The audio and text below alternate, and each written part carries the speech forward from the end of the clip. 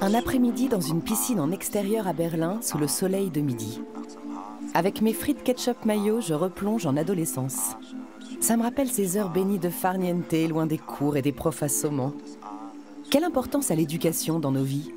Sommes-nous tous le résultat de notre histoire éducative? Et comment peut-on s'en affranchir?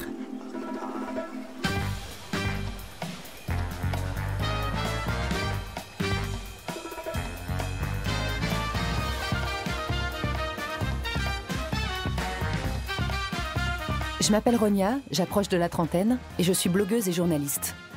Dans la vie, j'aime bien creuser les choses. Qu'est-ce qui est vrai? Qu'est-ce qui est faux? Et qu'est-ce qui n'a aucune importance? Je crois qu'il y a plus d'une réponse à toutes ces questions. Et pour les trouver, il me faut rencontrer des gens.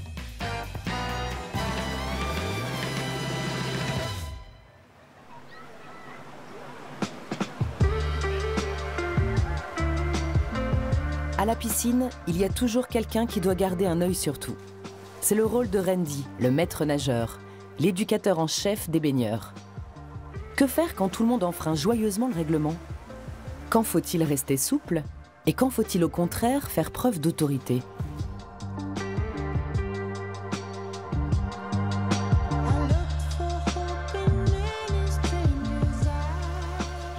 Les jeunes, s'il vous plaît, faites-moi plaisir. Ne sautez pas sur les côtés du bassin, d'accord? Merci. Excusez-moi, je peux vous parler 2 secondes? Les bouteilles en verre ne sont pas autorisées dans l'enceinte. Si elles se cassent, les gens pourraient se blesser. C'est une question de sécurité. C'est la règle qui est le plus souvent enfreinte? Non, c'est plutôt l'interdiction de sauter sur les côtés. Je le fais tout le temps. Vous allez devoir me virer. Avec le Covid, on n'a pas trop de monde. D'habitude, on tourne plutôt à 10 000 baigneurs. 10 000 baigneurs? Oui.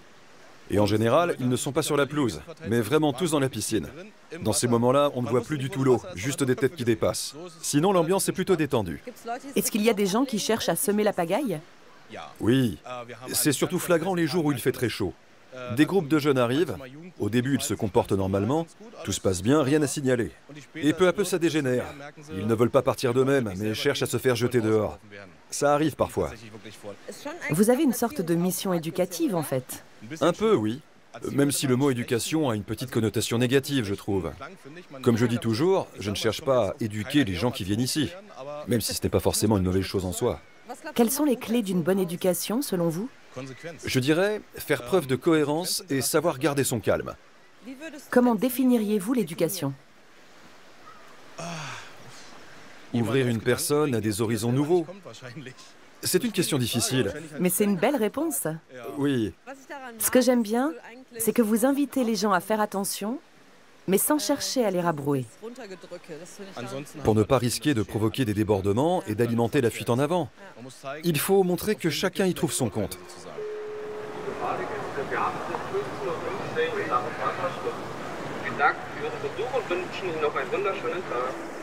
C'est l'heure de la fermeture. Merci beaucoup, c'était un plaisir. Je vous laisse à votre travail.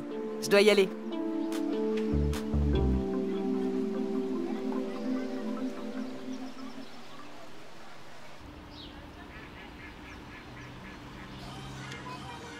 Welcome to the new age.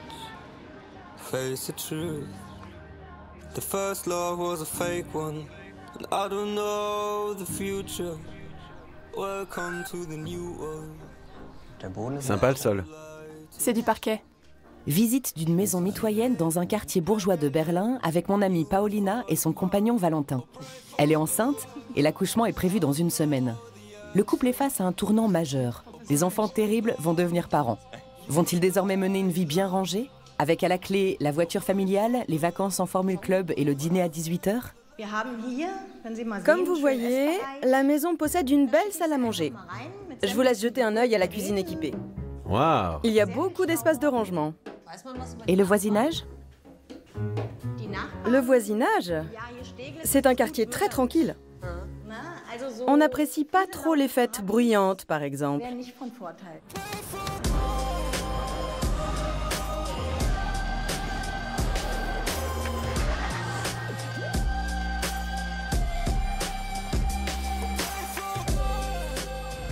Bon, ils sont moins terribles qu'ils en ont l'air. Dans la vie, Paolina est autrice. C'est une berlinoise pur jus, fille d'une créatrice de mode et d'un acteur de série policière. Valentin est musicien, graphiste et réalisateur à succès. Tous deux semblent plus bohèmes que bourgeois. Comment espèrent-ils réaliser l'impossible? Être parents sans trahir leurs idéaux et rester fidèles à eux-mêmes malgré ces nouveaux rôles. On mettra le barbecue ici. Je te reconnais bien là. Plus un trampoline pour regarder chez les voisins. Bonjour, bonjour. Mais c'est vrai que tout le monde voit chez les voisins ici, non? Vous pourrez toujours installer un brise-vue. Évidemment pas sur une hauteur démesurée. Je vous suggère de réfléchir encore quelques jours afin de savoir si cela vous convient ou pas. D'accord. Puis de reprendre contact. Parfait. C'était un plaisir, bon retour. Merci, bonne journée. À vous également, au revoir.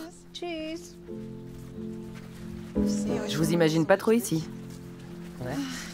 Moi non plus.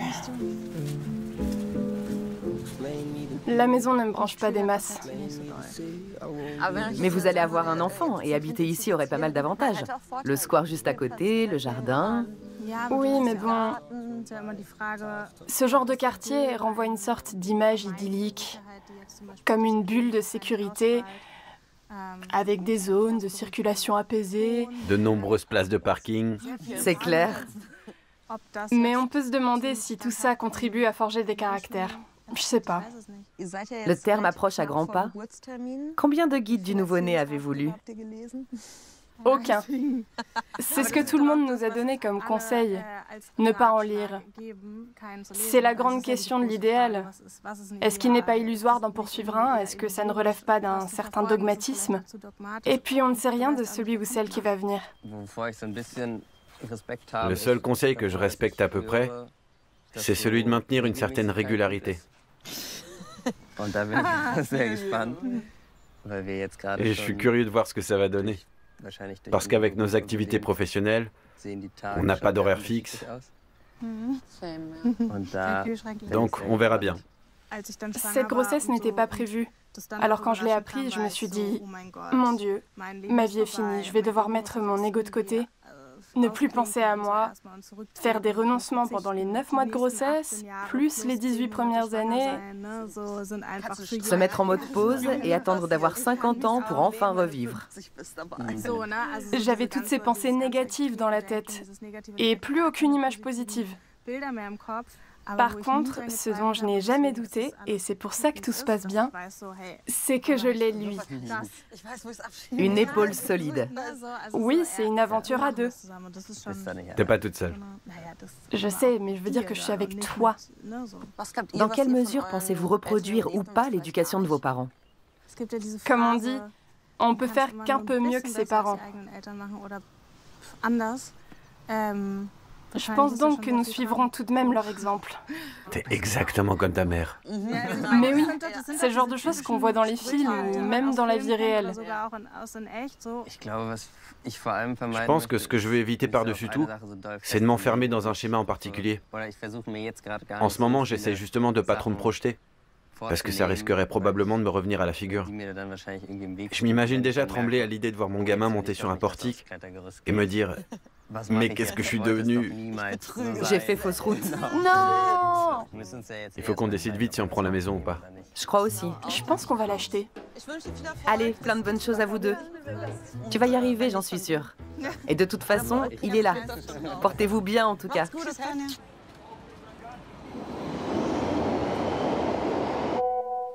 chérie, prends bien soin de toi. Je t'ai préparé une soupe de légumes. Ne te couche pas trop tard, d'accord? Je vais pas tarder là, je suis presque au lit.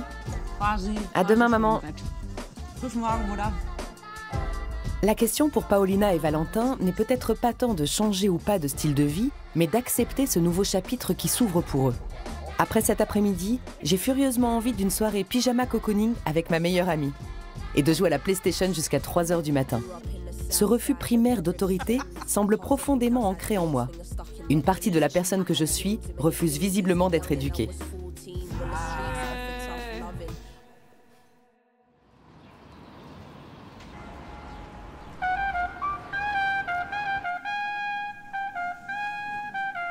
Nanjin m'a invitée à participer à une retraite de yoga où elle anime un atelier.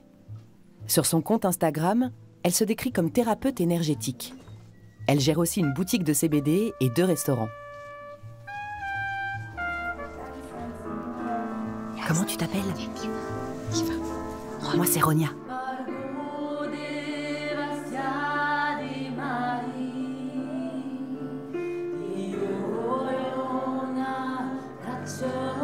À première vue, Nanjin a tout d'une hippie née dans le sillage de 1968. Sauf qu'elle a reçu de ses parents chinois une éducation extrêmement autoritaire. Le mode de vie qu'elle a adopté est-il une façon de se rebeller? Est-il possible de se défaire de son héritage éducatif?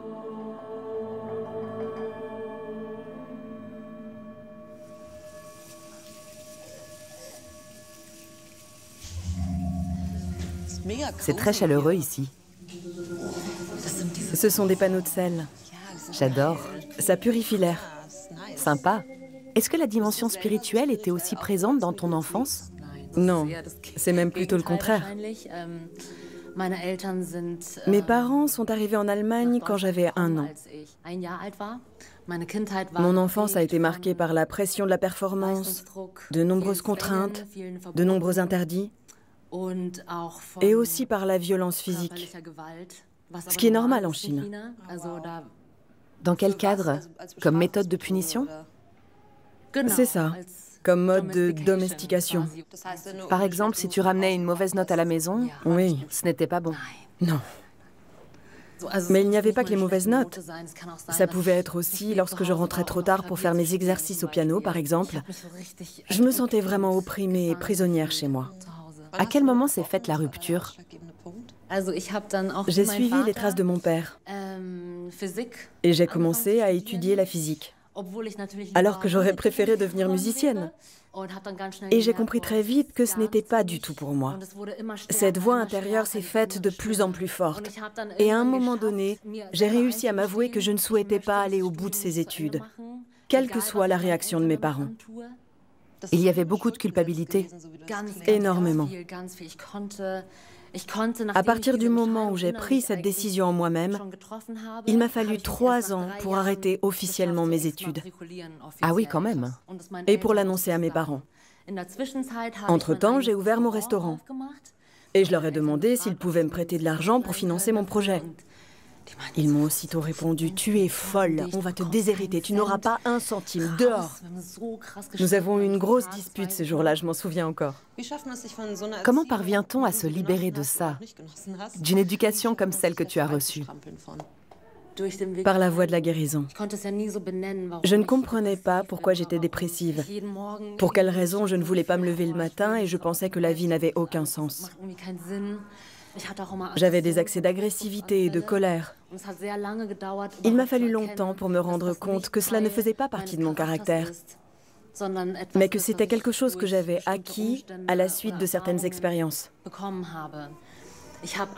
J'ai commencé à méditer, puis à pratiquer des rituels de pardon, parce que j'ai aussi de l'admiration pour mes parents. Quand j'étais jeune, je les détestais autant que je les admirais. Ils ont reproduit ce que leurs propres parents leur avaient inculqué, donc je ne leur en veux pas.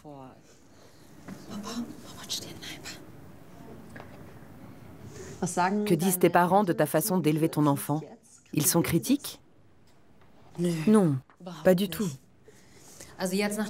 Maintenant qu'ils ont vu que je pouvais subvenir à mes besoins par mes propres moyens, ils sont heureux de me savoir mère. En Chine, c'est très important d'avoir des enfants jeunes.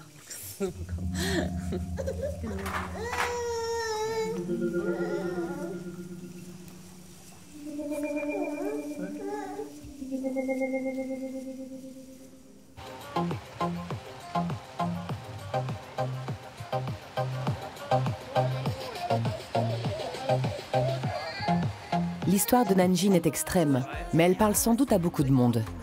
Si la plupart des parents ont à cœur de bien éduquer leurs enfants, ils provoquent quelquefois certains traumatismes qu'il faut ensuite toute une vie pour surmonter. Élever des enfants, c'est beaucoup de responsabilités. Je suis curieuse d'entendre ce que le philosophe Johannes a à dire sur le sujet. D'un point de vue philosophique, quel type d'éducation est bon pour nous? Et l'éducation est-elle une question culturelle? Est-ce que c'est très allemand, cette volonté d'éduquer? Non, pas du tout.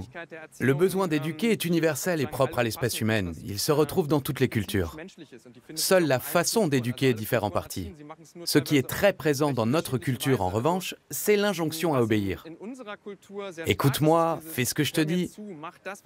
C'est ce qu'on peut qualifier d'éducation intentionnelle.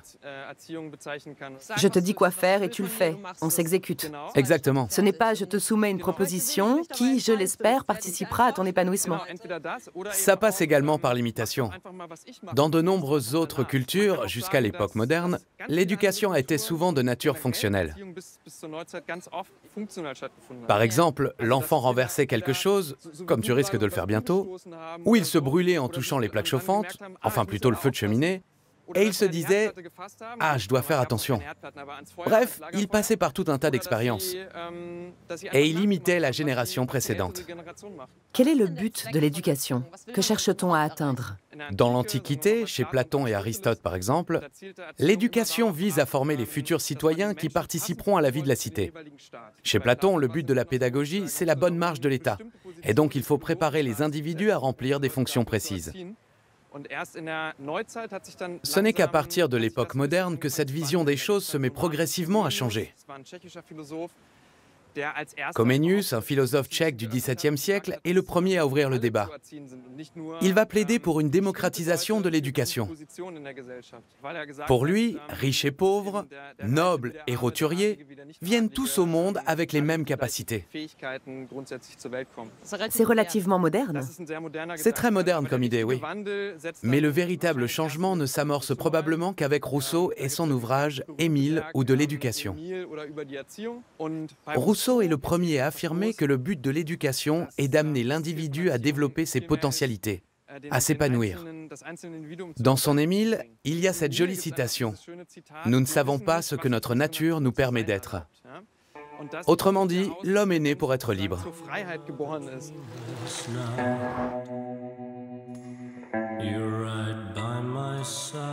Est-ce qu'il vaut mieux grandir à la campagne ou en ville? Comme dit un proverbe africain, il faut tout un village pour élever un enfant. Il est important que l'environnement fournisse autant de stimuli que possible. Ce qui ne fonctionne pas, selon moi, c'est de grandir dans un isolement absolu. Et donc dans une absence de confrontation. Tout à fait. Pour Rousseau, au contraire, l'homme n'est pas naturellement enclin à la communauté, qui est source de perversion. C'est un point de vue très pessimiste, et bien sûr, c'est irréaliste, car on grandit toujours au sein d'une communauté humaine. Sauf quelques très rares cas comme Kaspar Hauser ou des individus ayant mené une vie sauvage dans la jungle et qui n'ont pas pu apprendre à parler. Tu veux dire que Mowgli n'était pas bien élevé? Disons que... Attention à ne pas dire du mal des animaux, hein? Il était peut-être bien élevé pour une panthère, mais pas pour vivre parmi les humains. On a parlé jusqu'à présent des enfants, des individus. Peut-on aussi éduquer des sociétés entières? Je serais prudent à ce sujet. Éduquer des sociétés relève d'un projet un peu autoritaire, je trouve. On pense tout de suite au nazisme ou au stalinisme, ou encore à de grands concepts d'éducation populaire, comme ça a été le cas en Allemagne de l'Est. Ce qu'il faudrait sans doute faire aujourd'hui, à mon sens, c'est plutôt éduquer la classe politique. Et c'est ce qu'un mouvement comme la grève scolaire pour le climat lancé par Greta Thunberg revendique depuis le début. Son message, c'est « Vous voulez nous éduquer en nous envoyant à l'école et en nous disant ce qui est bien, mais vous agissez contre la science. Commencez par croire en vos propres paroles et agissez en conséquence. » Ce sur quoi on peut s'accorder, quelle que soit l'époque selon moi, c'est que l'éducation doit être pensée du point de vue de l'individu et non du point de vue de l'État, du système ou de la religion. Il faut placer l'individu au centre et lui offrir le plus d'espace, le plus de liberté possible pour qu'il puisse se développer et s'épanouir. Ok, je te laisse philosopher en regardant l'eau couler. Moi, je mets les voiles, il y a trop de guêpes ici. Merci beaucoup et à la prochaine. Je me réjouis de te retrouver. Ciao.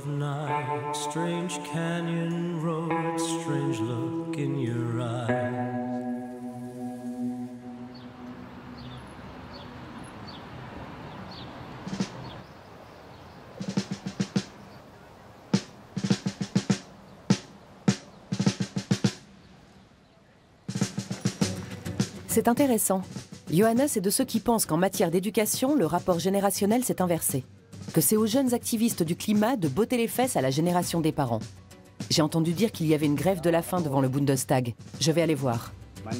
Je m'appelle Rumen Grabo. Je suis en grève de la faim depuis 11 jours. Nous sommes jeunes, mais nous sommes prêts à risquer nos vies. Nous aimons la vie et nous ne voulons pas mourir.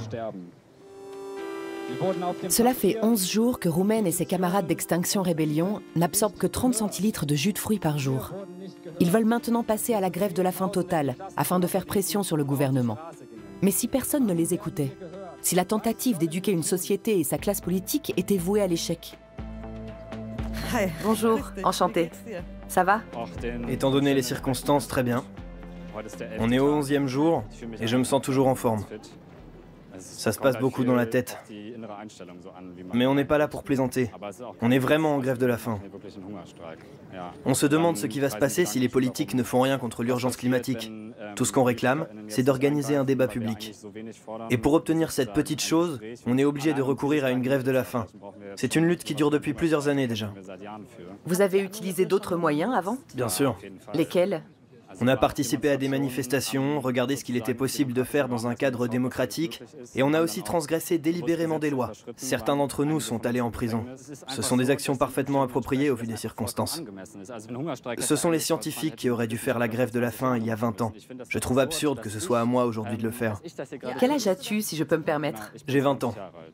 D'accord. Je sais que vous avez un camp dans le coin où vous passez le reste du temps. Vous ne rentrez pas chez vous à la fin de la journée. C'est vraiment un boulot à plein temps. Oui. On va jusqu'au bout de notre contestation. On ne rentre pas chez nous.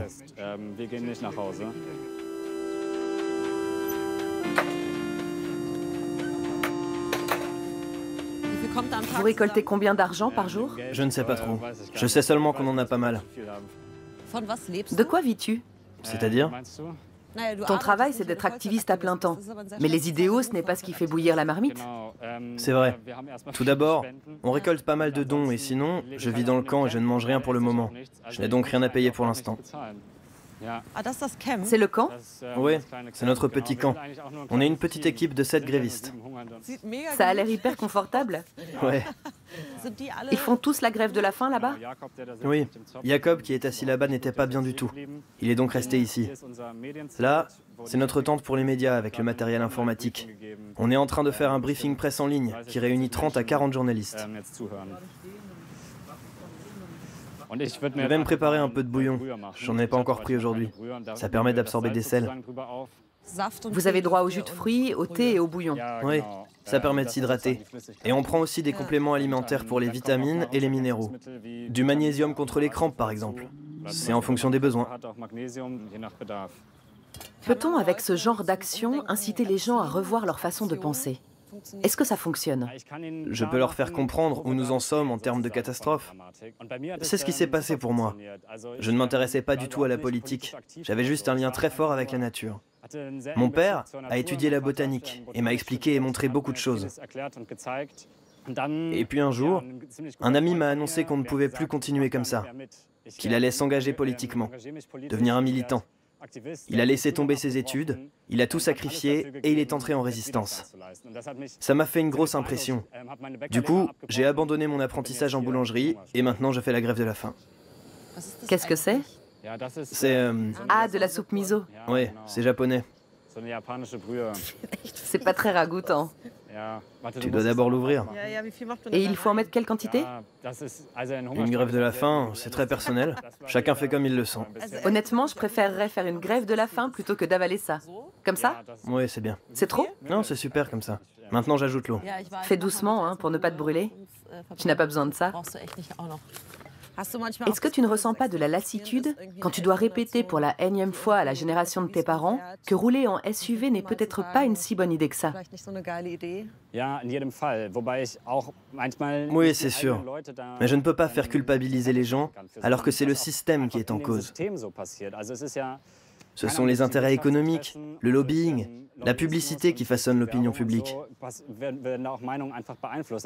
Bien sûr, j'aimerais parfois que chacun fasse son introspection en se posant les questions essentielles, que l'on réfléchisse en conscience aux problèmes, y compris dans sa dimension émotionnelle.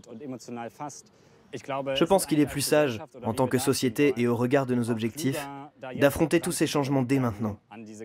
Sinon, on devra renoncer à de plus en plus de choses. Et à un moment donné, il faudra des lois tellement restrictives qu'on dérivera vers une sorte d'éco-dictature. Mieux vaut commencer aujourd'hui, en incitant à des changements volontaires. Il nous reste encore une marge de manœuvre. Ce n'est pas si mauvais que ça. C'est meilleur que ça en a l'air. C'est encore chaud? Oui, attention de ne pas te brûler. J'ai tout bu. Ok, moi aussi. C'était très frugal comme dîner. Contrairement aux éducateurs populaires de l'époque communiste, Roumen ne veut pas forcer les gens à adhérer à un idéal ou à leur interdire toutes sortes de choses. Bien au contraire. En fait, il se bat pour notre liberté. Pour que chacun d'entre nous puisse décider librement de sa vie future. C'est exactement ce que l'éducation signifie pour moi. Elle nous prépare au libre arbitre, selon un concept forgé par Rousseau. Pour ne pas nous perdre en chemin, nous avons besoin d'une forme modérée d'autorité pour nous guider. De quelqu'un comme le maître nageur Randy, qui dit « Libre de toute contrainte, une bonne éducation ouvre une personne à des horizons nouveaux ».